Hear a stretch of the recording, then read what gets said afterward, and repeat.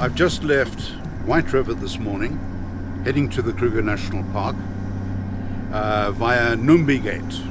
Now, Numbi Gate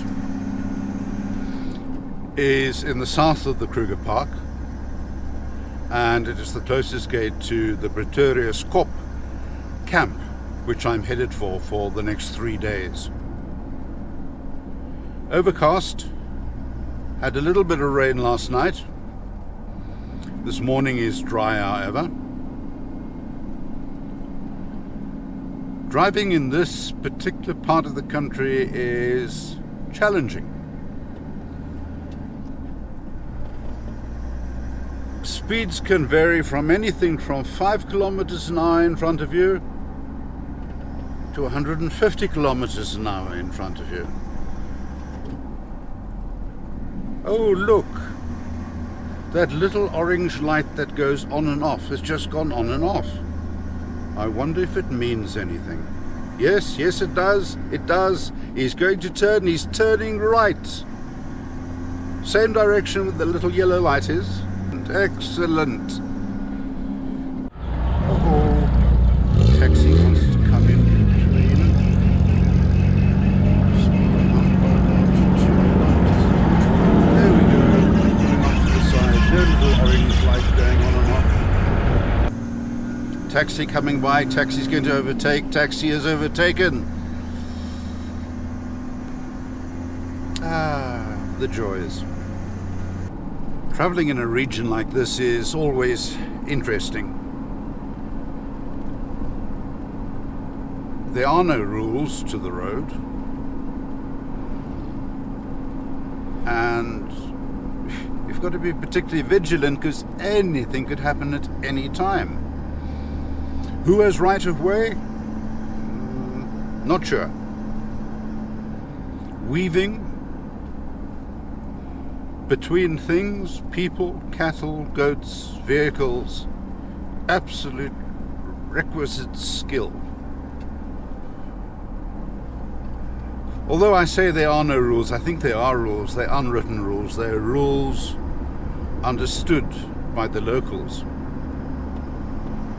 Where I saw this most dramatically a couple of years ago was in Maputo, the capital of Mozambique.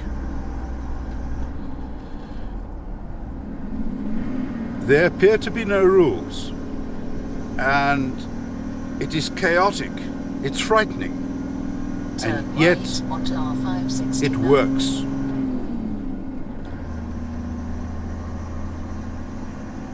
Another city where I've seen this in Europe is in Naples. Driving in Naples, Rome is bad. Driving in Naples is an absolute sheer nightmare, and yet it works. The difference in between where I am now and Naples is there's a whole new set of skills needed in Naples, and those are... Now I have to turn right, weave. I've stopped. Can I go? I can. Yeah, I can go. In Naples, a whole new set of rules is required, and that is hand gestures. Continue on R569. I'll do that, dear. Thank you. A whole set of hand gestures are needed in Naples, and a hooter. 2 things must have for driving in Naples, and both are used constantly. The Italians are very expressive people. Naples, Maputo, Rome. The worst I've experienced so far in terms of driving. And again, as I say, not necessarily because there aren't rules. I simply haven't understood the rules. The locals do know the rules, and it works. Maputo is fascinating. The traffic flows. It's chaotic, absolutely chaotic, but it works. I suppose it's like all human endeavor. Prerequisite is to know the rules. If you don't know the rules and you don't play by the rules, things don't work. I was speaking about my experiences in driving in Rome to an Italian, a Roman. And I explained to him that morning I'd seen the most extraordinary thing. 3 nuns attempting to cross a very busy major road in Rome Central. And I said to him, it was an unnerving experience because these 3 nuns simply ran into the traffic across the road. And he said to me, yes, that's what you've got to do. You must just run. They will avoid you. Again, it works. It works for the Romans. Me, myself, I'm not so brave. Beautiful Sunday morning. Cloudy. Some water in the clouds. Cool. And people going about their business on their day off. I suppose with COVID-19 and the general depressed economy in this area, most of these people are probably unemployed. So they have many days off. There's somebody leaving the Kruger Park, going home. It's always a sad feeling, leaving the Kruger Park and going home. But me, I'm now going into the Kruger Park. Nothing sad about that. A few decades ago, Numbi Gate was a very popular gate to enter or leave the park by. Not so much anymore today, because it is slow going with the traffic, pedestrians, cattle, goats.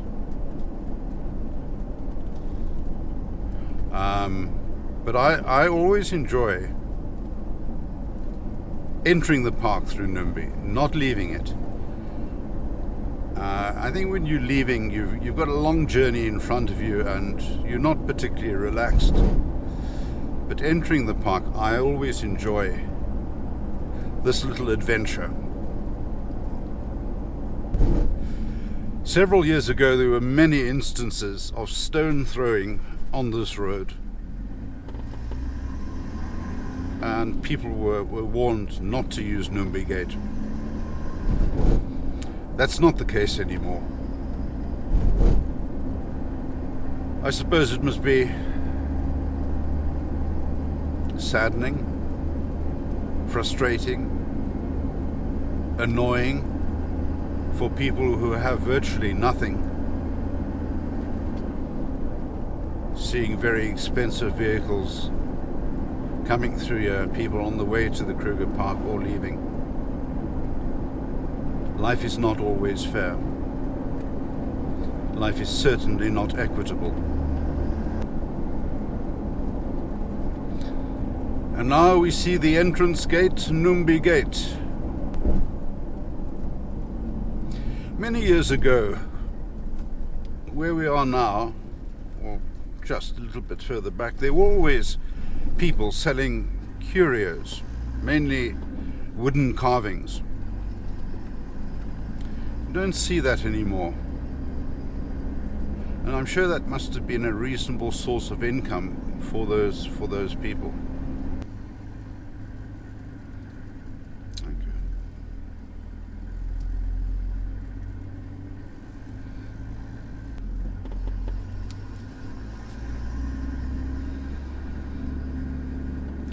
Well, there we are, through the entrance gate.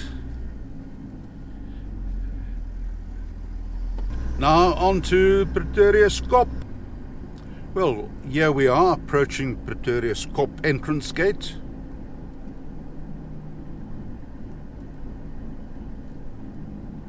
And I think the first thing I will do is just go and have a look at the camping area.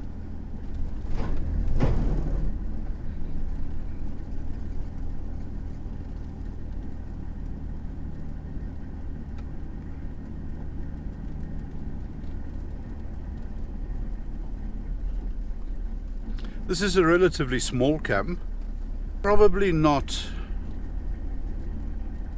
the best camp for game viewing.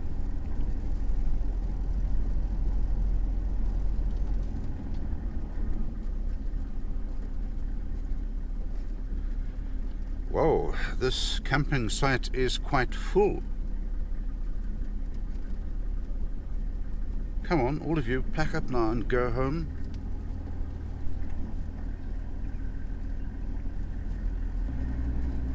Pretoriuskop is the oldest camp in the Kruger National Park, with the first few tourists, 3 vehicles in fact, passing through Numbi Gate to Pretoriuskop in 1927. The camp is at a higher altitude than most other camps in the Kruger National Park, and resultantly is somewhat cooler with a higher rainfall, in fact the highest rainfall in the Kruger Park.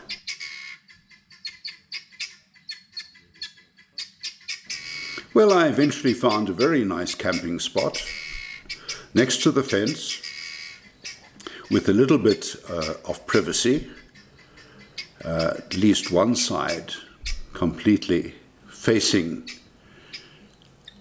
the outside of the camp, and that gives a little bit of privacy, which is wonderful.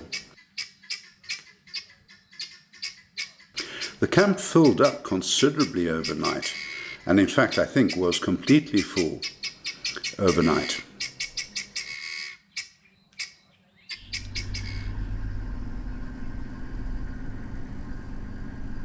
The 3rd of November. I'm just leaving Pretoriuskop campsite.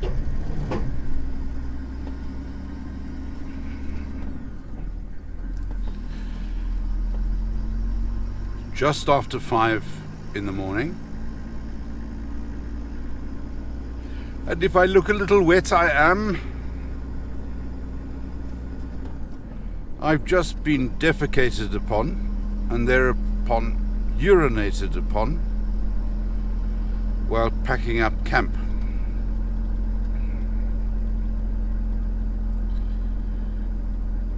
Vervet monkeys sleep in trees, and they chose a tree above my campsite.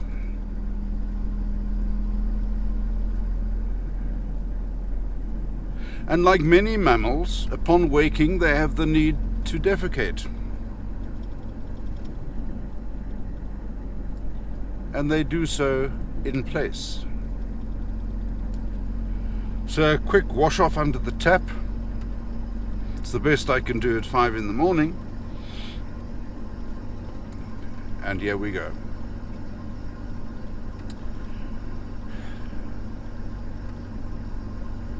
Pretoriuskop is not one of my favorite camps.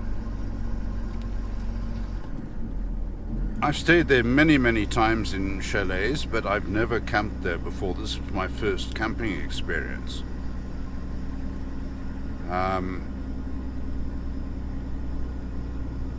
I was underwhelmed. I had the sense that the camping area is poorly managed. Braai grids are not cleaned efficiently or effectively. Broken down braai grids. I had a braai grid at my site without a pin to adjust the height of the grid. On the second night, trying to pull the grid up from the rust, the entire structure collapsed, and that was the end of that. I did complain to the camp manager about the braai grids being filthy. He seemed somewhat surprised that it was a problem, and informed me that nobody else has complained.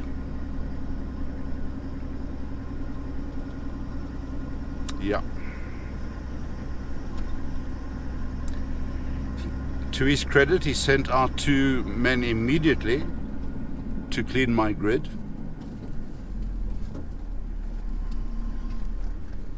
which I had to explain to them how to do because they hadn't done it before. And they too seemed surprised that having a clean grid was necessary. After all, you just burn the muck off. Yeah, you can just burn the muck off, but you use a lot more wood that way. Not sure that it's environmentally friendly either. But anyway, it was cleaned. And besides the fact that the entire structure collapsed that night, I could braai. However, they did want to know from me, how long are you staying? And I told them 3 nights. And that they were pleased to hear, because they wouldn't have to do this again. No, Pretoriuskop, you're letting the side down. So, having left Pretoriuskop now, I'm on my way to my next camp, Satara, which is quite a distance. It's 140 kilometers thereabouts.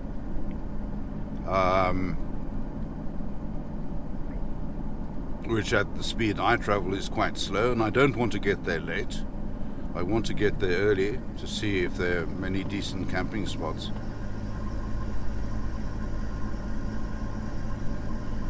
So, next stop, Satara. Satara is the 3rd biggest camp in the Kruger Park, with Letaba being the 2nd biggest. Satara's camping area is large, with many sites, and the camp is very, very popular, often referred to as the lion camp. Prolific sightings of lions around the Satara area, particularly between Kruger and Satara. As I say, the Satara's camping area is quite large with many sites, very popular, and in the high season the camp is very often full, all the camping sites taken. It's very popular for people to want to take fence line sites. The advantage, of course, being is that you've got privacy certainly in front of you, and you look out onto the bushveld, and very often you can see game. I once had the experience at Orpen watching wild dogs and a hyena fighting right next to the fence. So there are certainly benefits in taking one of those sites if they're available. Normally they fill up very fast. About 3 o'clock in the afternoon, and clearly a big storm brewing around Satara.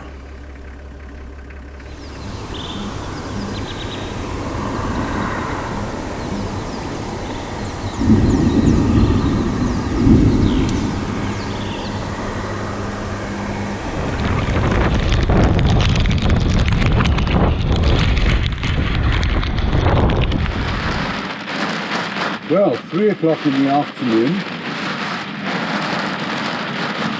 a huge rainstorm,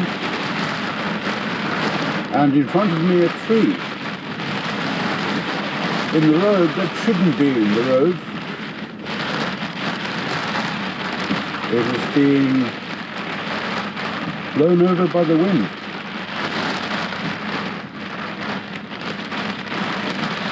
My word. Just setting fast within 10 minutes. Clear skies, and suddenly darker and darker and darker. Wind suddenly came up, rain, and one less tree in the Kruger Park. It's calming down now, and the storm seems to be moving on. My word, this came up fast. fast and violent. Well, I reckon I'll just sit and wait this out. Satara camp is right next to me, where I'm camping at the moment. But not much I can do now about putting up a tent, etc. I'll wait for this to finish.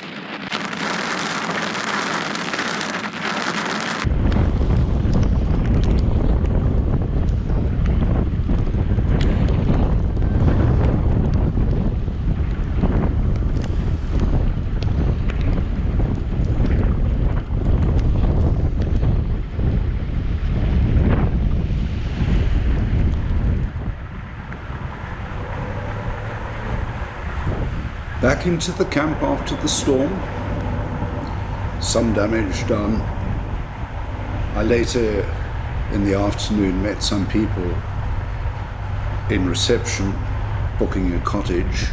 Their tent had been entirely destroyed and they were looking for alternative accommodation.